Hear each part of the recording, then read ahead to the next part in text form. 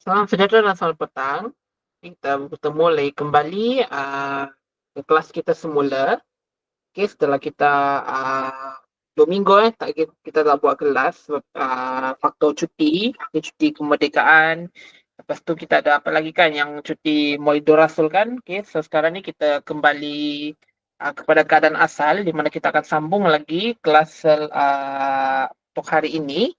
Baik, jadi seperti yang yang sudah dijanjikan ataupun sudah dimaklumkan sebelum ini, okey, kita akan beralih kepada kelas untuk bahagian A ya. Okey, maksudnya itu macam kita nak fokus kepada bahagian yang lain dahululah. Sebab saya rasa macam sudah kita beberapa minggu kita apa kan, saya sudah ajar dan juga kita sudah buat latihan bersama untuk menjawab soalan bahagian B. Okey, yang ahli bentuk komunikasi. Sekarang kita nak beralih seketika dahulu untuk bahagian A dan juga sekaligus ke untuk cover bahagian C lah, sebab bahagian A dengan bahagian C ni dia apa? Dia ada saling berkaitan lah. Okay, topik dia sama sahaja antara kedua-dua dia, terutamanya tema dia lah. Okay, macam kita tahu sendiri, okay, untuk yang penggal 3 atau semester 3 ni, okay, dia berkaitan dengan ataupun tema dia adalah Malaysia dan negara luar. Maksudnya kita akan kita punya skop pembelajaran ni dia ada sepenuhnya lah berkaitan dengan luar Malaysia ataupun di peringkat antarabangsa, ya. Jadi kita tengok dahulu balik, kita reflect dulu balik kita punya sukatan pelajaran ni. Okey, untuk semester 3. Okey, jadi kita sudah sebelum ni kita sudah pun okey, 3-4 minggu yang sebelum ini kita sudah fokus tentang bahagian B lah. Okey, ahli bentuk komunikasi. Okey, yang kita kena menganalisis tu yang daripada jadual, daripada carta kan. Okey, bukan linear kepada linear. Jadi sepatutnya di sini macam apa kan sudah pun belajarlah macam mana untuk kita mencari dan mendapatkan data. Seterusnya kita kena menghuraikan fakta pula untuk mengaitkan dengan data yang kita dapatkan. Okey. Lepas tu juga kita sudah buat pengiraan, okey. Pengiraan atau penghitungan dan penakulan. Okey, maksudnya di sini macam yang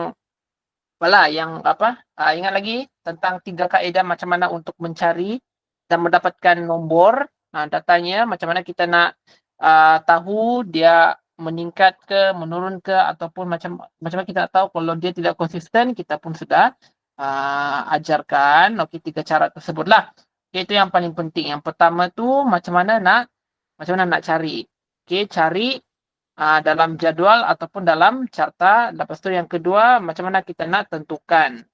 Tentukan apa dari segi pola dia. Okey, pola menaik, pola menurun, tidak konsisten. Dan macam mana pula untuk membuat pengiraan. Jadi sebelum ini pun sudah kita buatkan. Jadi sepatutnya sudah kita sudah boleh menguasai di situ. Bahagian B.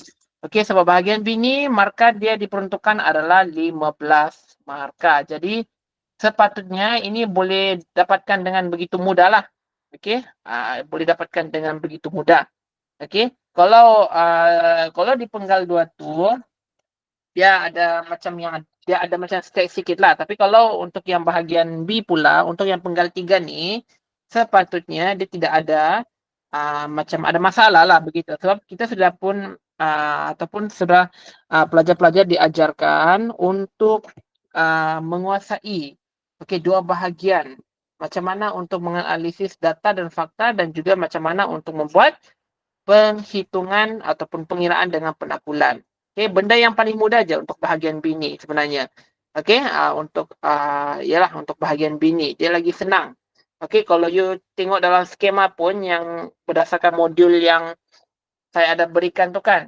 Okey, untuk korang buat latihan kendiri tu, dia seakan-akan ataupun dia memang samalah. Kalau ikut kaedah 3 kaedah yang yang 3 kaedah tu dalam jadual kan. Okey, dalam jadual, okey, macam contohlah kan, okey, saya lukis gambar jadual ni. Kan kita kita dah belajar kaedah dia kan. Okey, macam mana untuk kita nak cari dia punya data dia. Okey, pertama dengan cara menegak. Okey, menegak. Nombor 1 kena tengok secara menegak untuk menentukan mana yang paling tinggi dan mana yang paling rendah. Korang tengok daripada bawah hingga atas hingga bawah. Okay, lepas tu, cara yang kedua pula, okay, analisis menggunakan jadual. Cara yang kedua adalah korang kena lihat dari kiri ke kanan untuk tentukan macam mana mana yang mengalami peningkatan, mana yang mengalami penurunan dan mana yang paling tidak konsisten. Paling senang korang boleh cari yang meningkat dan menurun lah. Okay? Senang korang nak kira. Okay, dan kalau korang nak tahu juga tiga-tiga pola tu, pengiraan itu adalah solusi yang sepatutnya lah yang perlu kena buat. Memang tidak ada cara lain, kita kena buat pengiraan. Dan untuk membuat pengiraan tu, okay, pastikan kemahiran matematik tu dikuasai sepenuhnya lah. Sebab saya percaya di sini, okay, saya percaya di sini korang sudah boleh buat penambahan, penolakan, kan, pembahagian dan juga penerapan kalau ada melibatkan penerapan dengan pembahagian yang ada dalam data tersebut. Lepas tu, cara yang ketiga pula adalah, okay, korang kena tengok dari kiri kanan pula. Cara yang ketiga, tengok kiri ke kanan, tapi kena tengok daripada bawah. Tujuannya adalah untuk melihat mana yang paling tinggi dan mana yang paling rendah lah antara side by side dia. Okay. Nanti mungkin masa cuti sekolah pun tak lama lagi kan. Okay. Kalau ikut dalam jadual KPM, kita akan mula cuti penggal. Mungkin kita akan buat latihan jugalah. Kita akan kena buat latihan jugalah. Latihan 2B lah. Okay. Masa cuti. Jadi tak apalah kan kalau kita buat waktu cuti kan, sebab kalau daripada tak buat apa-apa lah, bagus kita buat latihan lah untuk membuat penguasaan apalah yang lebih bagus lah. Okey, sebab tak lama lagi dalam hujung tahun kan. Okey, tinggal berapa bulan lagi? 10, 11, 12 kan. Saya pun tak tahu peperiksaan semester 3 ni bila dia akan mula, tapi besar kemungkinan mungkin dia akan diadakan dalam masa terdekat lah. So, sekarang bulan 9 kan, lagi 3 bulan, jadi risau kalau tahun ni juga yang akan mula lah. Begitu. So SPM pun dia akan mula pada bulan 11 ni Bulan 11 ni sampai bulan 12. Tahun ni juga akan habis. Jadi kemungkinan STPM pun dia akan berlaku sama jugalah. Okay. Sebab tujuan dari sini adalah untuk mempercepatkan proses permohonan UPU lah. Okay. Di mana batch korang lah yang akan selepas ni yang akan buat permohonan lah begitu kan. Kalau korang nak sambung belajar. Okay, kita balik semula. Sebalik semula kepada objektif kita. Okay. Untuk bahagian B ni. Okey, sepatutnya sudah boleh kuasailah. Okey, untuk bahagian B, alih bentuk komunikasi di sini. Jadi saya tak nak sentuh, saya tak buat latihan hari ini. So kita pergi dah kepada bahagian A untuk cover apalah bahagian A dengan bahagian C. Sebab untuk bahagian A dengan bahagian C ni, okey, saya tak sentuh sangatlah ataupun saya tak banyak sentuh semua topik-topik itu. Okey, sebab tu saya berikan korang link nota yang saya buat tu kan. Okey. Just baca je lah macam biasa kan. Untuk yang penggal 2 ni sama juga macam penggal 2, korang cover sendiri tajuk untuk menjawab bahagian A dengan bahagian C. Tapi biasanya kalau bahagian ini dia ada objektif. Jadi kalau objektif mungkin korang boleh sekurang-kurangnya korang boleh dapat 8 atau 9/15 lah. Objektif ni dia senang je. Senang juga sebenarnya. Senang soalan dia. Okey, boleh dapat 8 ataupun 9 jawapan yang betul daripada 15 soalan yang dikemukakan. Kalau esei tu macam biasalah. Okey, 25 markah untuk setiap satu soalan. Ada apalah. Jadi kena pilih 2 daripada 3 soalan lah. Okay, 25 tambah 25, 50. So dia berbalik, dia punya markah itu pun berbalik juga semula kepada sama juga seperti di semester 1. Okay, baik. Jadi kita pergi kepada bahagian A. Jadi kita tengok dahulu tajuk-tajuk apa yang korang boleh ulang kaji dekat sini. Okay, ini untuk bahagian A dengan bahagian C lah. Okay, tema dia adalah Malaysia dan negara luar. Okay, kita punya skop ni adalah lebih kepada antarabangsa lah ataupun luar Malaysia. Okay, so ada di bawah tajuk ni dia ada sub-sub dia tersendiri. Okay, sub pertama hubungan diplomatik, sub yang kedua penglibatan peranan dan sumbangan Malaysia di peringkat antarabangsa. Dan yang ketiga, isu dan cabaran. Isu dan cabaran ni dia melibatkan di luar negara lah. Okay? Apa cabaran-cabaran yang dihadapi oleh Malaysia di peringkat antarabangsa ini? Okay? Dan untuk yang topik yang 7.3 ni, dia memang akan ada dalam esei bahagian C. Dia memang akan ada di bahagian C. Jadi kena pastikan untuk di bawahnya lagi, okay, dia punya isu-isu dia di sini ada 4 di sini. 4, sosial dan budaya, politik, ekonomi, sains dan teknologi ni mesti kena tahu dia punya isu terkini dia. Okay, kena tahu isu terkini dan macam biasalah kena sentiasa up to date lah. Sebab isu-isu yang terkini ni dia akan tanya dalam soalan bahagian C. Biasanya di sini kalau untuk yang 7.3 ni, yang korang boleh cari pertama isu dia, apa isu yang berlaku dan cabaran yang terkini lah di peringkat antarabangsa. Lepas tu kita kena tahu macam mana Malaysia itu menangani masalah pada isu dan cabaran yang kita tahu tu.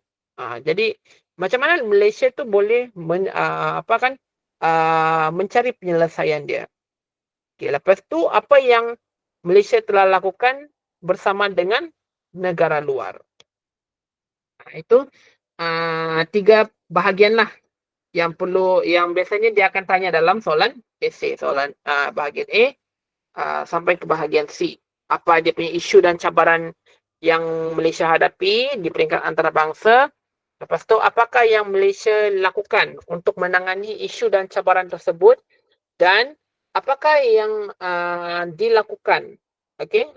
Apa yang dilakukan oleh Malaysia di pelbagai peringkat dengan negara luar. Biasanya ini melibatkan kerjasama dengan negara-negara luar lah. Okay? Baik. Okay, untuk yang 7.1 dengan 7.2 ini memang akan adalah dalam soalan objektif. Memang ada dalam soalan objektif. Okay, 7.1 hubungan diplomatik. Okay, tajuk kecil dia ialah faktor penentu dasar luar. Ini memang wajib ditanyakan. Setiap tahun dia akan wajib tanya. Apakah faktor-faktor penentu dasar luar Malaysia?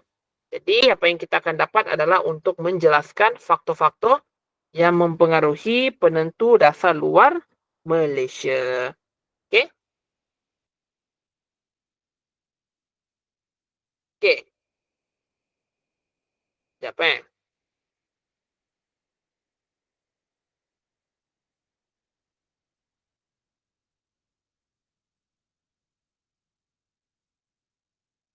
Baik, untuk yang nota ni, okey, untuk yang nota ini kita lebih kepada bahagian C bahagian C.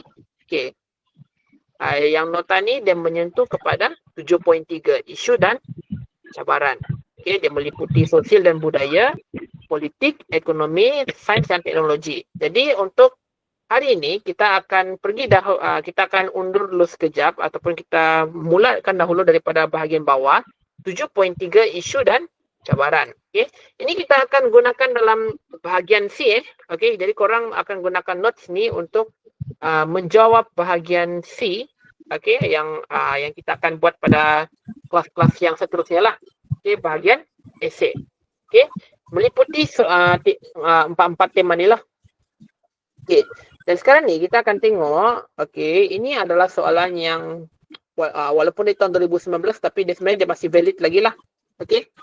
Okey, dia cover untuk 4 tema ini yang sudah disentuh tadi. Okey. So kita tengok seketika sepintas selalu kebanyakannya ni dia banyak menyentuh tentang menyentuh tentang di bahagian A dan juga di bahagian C.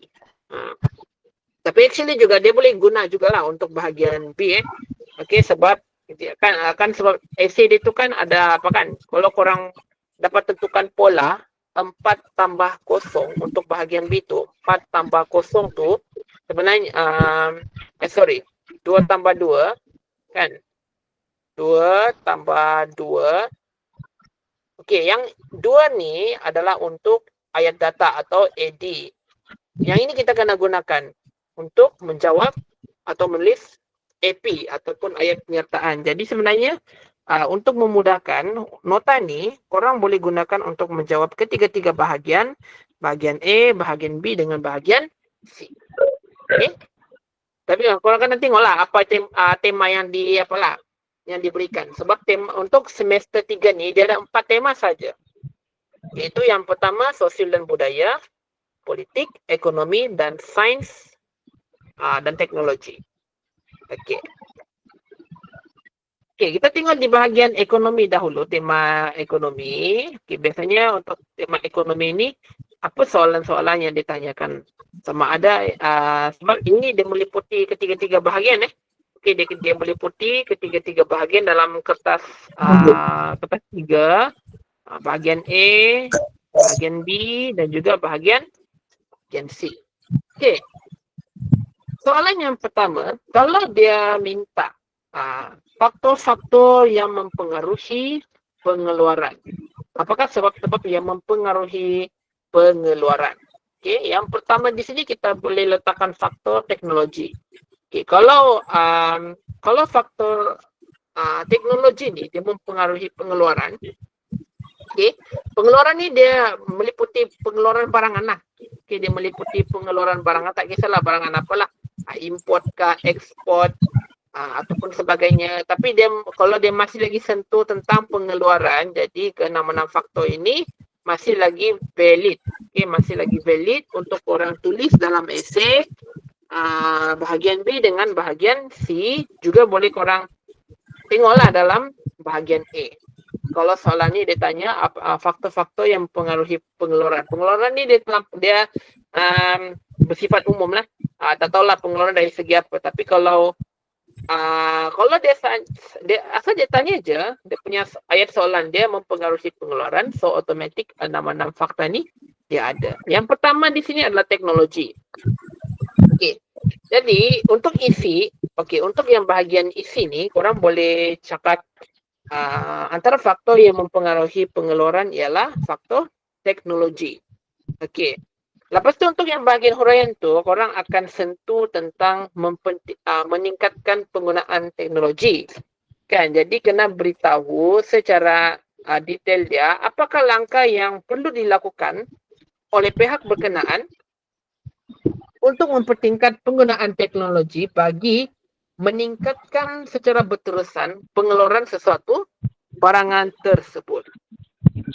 Okay, yang kedua adalah faktor iklim. Iklim ataupun dari segi cuaca dia.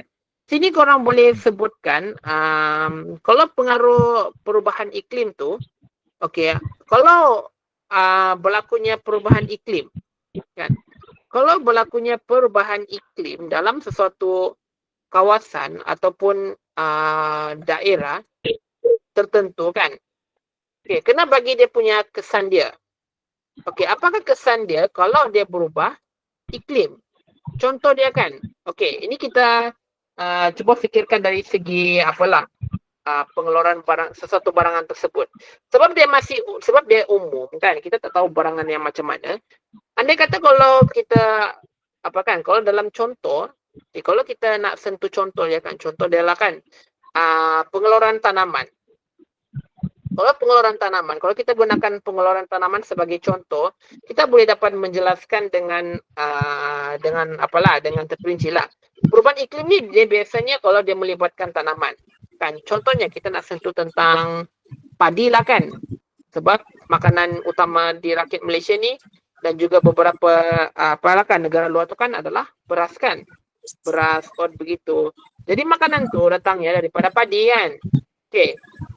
Tanaman padi, kalau dia kalau dia mengalami kelembapan cuaca, apa yang akan berlaku? Itu kena jelaskan lah. Itu kita boleh gunakan dalam bahagian contoh. Bahagian contoh. Kalau perubahan cuaca panas pula, apa yang akan jadi? So, setiap perubahan cuaca tu atau iklim tu, masing-masing dia akan memberikan impak ataupun kesannya tersendiri bagi sesuatu pertumbuhan barangan yang ingin kita keluarkan. Especially kalau berkaitan dengan tanaman. Kalau kita nak sentuh tanaman, contoh tanaman dalam bahagian ayat contoh. Okey. So boleh fikir sudah dari situlah kalau dia belum kalau mengalami perubahan iklim, apakah kesan dia? Iklim ni dia banyaklah, panas, sejuk, macam-macam jenis cuaca yang kita boleh tentukan, tapi dia mesti kena berkaitan dengan apakah pengeluaran barangan yang ingin kita nak sentuh dalam bahagian contoh tersebut. Okey. Yang ketiga adalah keluasan kawasan penanaman. Okey, maksud dia ruangan dia lah, ruangan untuk tempat penanaman. Sama juga macam iklim kan. Kalau setiap ruangan tersebut, okey, macam yang tempat yang kita nak buat pengeluaran barangan kan. Bila kita nak buat tempat bila sesuatu tempat barangan, pengeluaran barangan tersebut dia dah tempat dia sendiri. Dia bergantung juga pada keluasan dia. Macam maksud dia, adakah dia makin luas, makin sempit atau terhad. Dia ada kesannya tersendiri. Bagi dua keadaan, luas dan sempit. Sama juga kalau dalam tanaman kan. Kalau kita buat penanaman secara terdekat-dekat kan, okey, dia akan ada kesannya juga. Tapi kalau buat penanaman secara berjauhan pun ada kesannya juga. Kan, jadi kena memberikan dia punya kesan, dia punya kesan. Kita boleh masukkan dalam bahagian contoh, boleh juga masukkan dalam bahagian huraian. Okey. Tanah tani.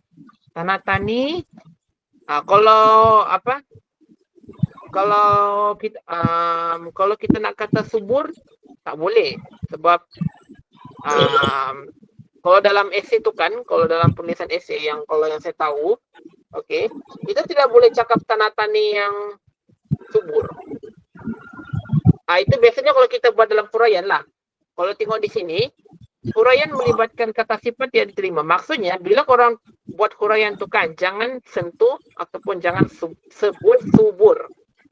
Subur tu bukan perkataan yang sesuai kalau kita nak cakap faktor mempengaruhi pengeluaran ialah tanah tani yang subur. Subur tu hanya untuk manusia, pembiakan manusia.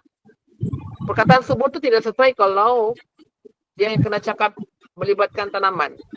Itu melibatkan pembiakan manusia. So perkataan subur itu dia kurang sesuai. Tidak boleh sebutkan kalau dalam fakta, dalam huraian tak boleh. Sebab perkataan subur ni hanya untuk melibatkan melibatkan pembiakan manusia. So dia tak sesuai. Okay, so kena fikirkan cara lain macam mana kita nak sebutkan keadaan tanah tani kalau dia okey. Mungkin kita boleh sebutkan tanah tani yang baik, begitu. Itu pun tak ada okey lah. Okay, faktor kelima, harga pasaran antarabangsa. Okay, murah ataupun mahal. Bila murah, dia akan melibatkan kos apa? Tinggi ataupun rendah. Kalau mahal pula, akan melibatkan kos yang tinggi ataupun mahal. So, kena tentu yang itu. Dan yang keenam adalah terangan penyakit. Okay, terangan penyakit ni, dia melibatkan yang hidupan lah. Okay, termasuklah manusia. Okay. Itu untuk soalan yang pertama di bawah aspek ekonomi. Kalau dia tanyakan faktor-faktor yang mempengaruhi pengeluaran. Pengeluaran ni dia terlalu umum lah. Pengeluaran barangan. Okey.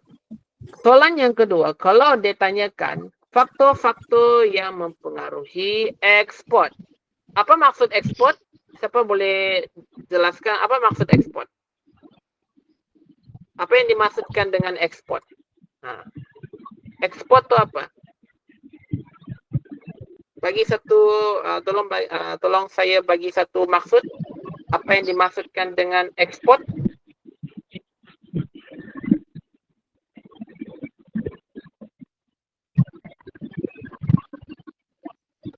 Siapa boleh berikan saya maksud ekspor? Apa yang dimaksudkan dengan ekspor? Apa yang kurang tahu maksud ekspor di sini?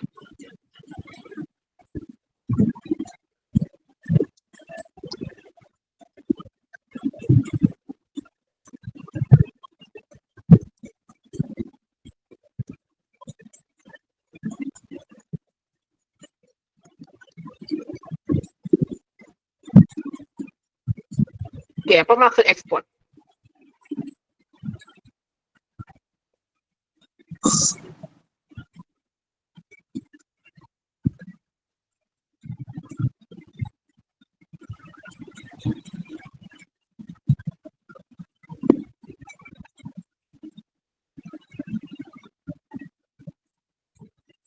Menghantar barangan ke negara lain. Good.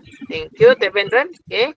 So, dia punya paling ringkas lah kan. Okay. Menghantar barangan ke negara lain. Dengan arti kata lain, kita keluarkan barangan itu daripada dalam negara ke luar negara. Okay. Thank you so much. Okay. Okay. Kalau disebutkan tentang ekspor, okay, memang dia berkaitan dengan pengeluaran barangan dari Malaysia ke negara lain. Okay. So di sini ada beberapa kemungkinan lah. Kalau kita sebutkan tentang ekspor, ada 3 kemungkinan kalau soalan ni dia akan tanyakan tentang ekspor. Yang pertama adalah apakah yang menyebabkan berlakunya ekspor? Mempengaruhi ekspor atau apa yang menyebabkan berlakunya ekspor? Ekspor barangan. Jadi kalau soalan dia tanya faktor-faktor yang mempengaruhi ekspor, so apa kita punya jawapan? Kita kena sebutkan. Okay, yang pertama, kita kena cakap quality produk. Okay, quality produk ni yang macam mana? Korang boleh sebutkan dengan keadaan baik, sama ada dalam keadaan baik ataupun dalam keadaan yang buruk ataupun kurang baik lah. Dia biasanya bergantung pada sesuatu produk lah. Okay, bergantung pada produk dia. Kalau dia baik, apa faktor yang mempengaruhi ekspor tersebut? Maksud dia kan, kalau sekiranya satu barangan tersebut tu dia adalah baik, okay, baik dari segi macam mana? Adakah dia mempengaruhi, adakah dia memenuhi permintaan pengguna ataupun tidak? Itu korang kena sebutkanlah. Okay, barangan dia ni dia berbagai macam. Okay, ekspor barangan ni dia berbagai macam. Okay, cuma yang saya boleh tolong korang sebutkan ni saja sama ada dia baik ataupun buruk, bergantung pada sesuatu produk tersebut. Kalau dia baik, kesan kepada pengguna dia akan jadi seperti apa? Kalau buruk, juga kesan dia jadi seperti apa? Ini bukan saja melibatkan dari segi permintaan pengguna tetapi juga melibatkan kepada negara tersebut yang menerima dan menjual barangan daripada negara lain untuk para pengguna di negara dia. Macam sebagai contoh kan, okay, barangan Malaysia kita eksporkan ke Korea. Okay, bila barang yang kita kalau barang yang kita jualkan tu di dalam keadaan baik, permintaan pengguna untuk menginginkan ataupun menggalakkan barangan tersebut terus berada di negara mereka juga akan semakin bertambah, ditambah lagi dengan adanya feedback ataupun reaksi positif daripada pengguna yang menggunakan barangan tersebut. Kalau dia buruk ataupun tidak baik dia punya keadaan, okay, pengguna tu dia tidak akan sama ada dia tidak akan membeli ataupun dia memboikot barangan tersebut lah. Ya. Itu yang kita yang boleh korang sebutkanlah dalam kalau soalan itu ditanya faktor-faktor yang mempengaruhi ekspor. Apa maksud ekspor? Menghantar barangan ke negara lain daripada Malaysia, ya. Okey. Okay, yang kedua, kedudukan ringgit berbanding mata wang negara lain. Okey, yang boleh korang kena yang perlu korang kena sebutkan kalau korang nak sentuh tentang kedudukan ringgit berbanding mata wang lain, adakah mata wang ringgit di negara kita adakah dia lebih baik ataupun lebih kuranglah daripada mata wang negara lain? Itu yang korang boleh sebutkanlah dalam bahagian huraian dan juga contoh. Okey. Yang ketiga, produk saingan negara lain. Ini korang kena bandingkan apa yang lebih baik dari apa yang baiknya dengan produk di Malaysia. Dia sebab kalau dari segi kategori barangan dia kan dia semua sama je kalau Malaysia dengan negara lain, tapi yang kita nak tahu adalah dari segi perbezaan. Perbezaan. Kalau dia menghasilkan barang yang sama, contohlah kan minuman oat kan, kena tahu apakah yang membezakan antara Malaysia punya barang dengan negara lain punya barang. Walaupun dia satu jenis yang sama, tapi mesti ada perbezaannya juga. Mungkin kita boleh sebutkan dari segi harga dia, bahan, jaminan kualiti, okay? Dan itu dia lah yang korang boleh sentuh lah dalam bahagian esei ataupun di bahagian B lah. Esei juga kan, bahagian B dan juga bahagian okay. Harga pasaran antarabangsa. Okey, apakah faktor ataupun macam mana harga pasaran antarabangsa ni boleh mempengaruhi daripada Malaysia punya masuk ke negara lain. Okey, ekonomi antarabangsa macam mana, penerokaan pasaran baru pula macam mana. Okey, so ada 6 faktor di sini yang mempengaruhi ekspor. Okey, seterusnya adalah langkah-langkah untuk meningkatkan ekspor. Kalau soalan tu dia tanya, bagaimana untuk meningkatkan ekspor? Langkah-langkah untuk meningkatkan ekspor. Okay, tadi kan kita sudah tahu kan apakah faktor-faktor atau yang menyebabkan berlakunya mempengaruhi ekspor atau pengaruh ekspor. Sekarang ni kita nak tahu apakah langkah-langkah untuk meningkatkan ekspor. Jadi kita sudah tahu dia punya punca dia kan ataupun dia punya penyebab dia, faktor dia. So sekarang kita kena merangka atau memikirkan solusi ataupun penyelesaian untuk menyelesaikan masalah-masalah tersebut. Yang pertama adalah meningkatkan kualiti barangan. Tadi kan kualiti produk kan. Kualiti produk tu sama ada kita nak cakap dia adalah kita nak cakap dia adalah baik ataupun kuranglah ataupun tidak baik. Okey, mempelbagaikan hasil keluaran, jangan bergantung pada satu jenis barang. Okey, mesti kena ada kepelbagaian yang penting dia boleh memenuhi permintaan pengguna lah. Okey, sebab keperluan pengguna ni kan sentiasa dilengkapi. Jadi mesti kita kena tahu apa yang macam yang orang kata tu trend lah sekarang ni. Jadi bila kita nak buat pengeluaran barangan, mesti kita kena tahu apa yang selalu orang hadapi, apa masalah dia, apa yang orang tu nak kan. Kalau barang tu sudah sama, jadi kita tak payah lagi nak keluarkan barang yang sama lagi. Sebab sudah tentunya juga pengguna pun akan membeli barang yang sama dan mendapatkan hasil yang sama juga. Jadi dia tidak ada perbezaan yang kita boleh nampak yang macam wow lah begitu kan.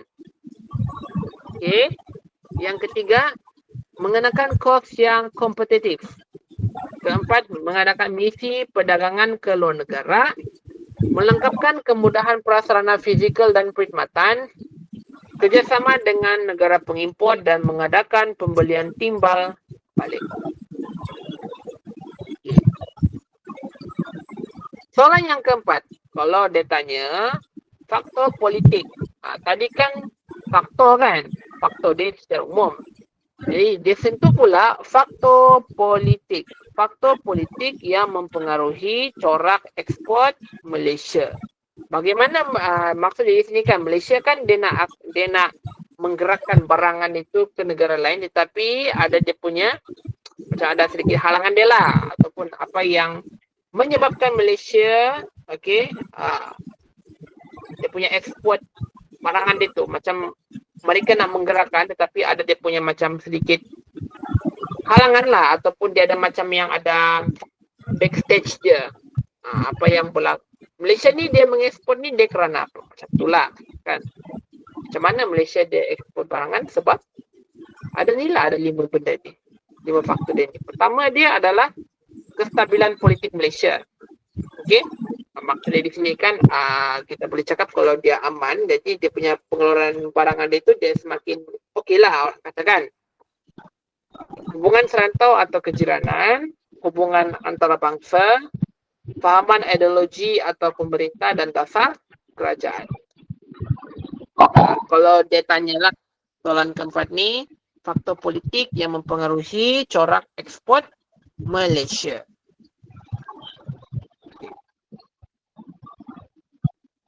Okay, kita rehat dahulu sekejap, 5 minit. 9.45 kita kembali ke kelas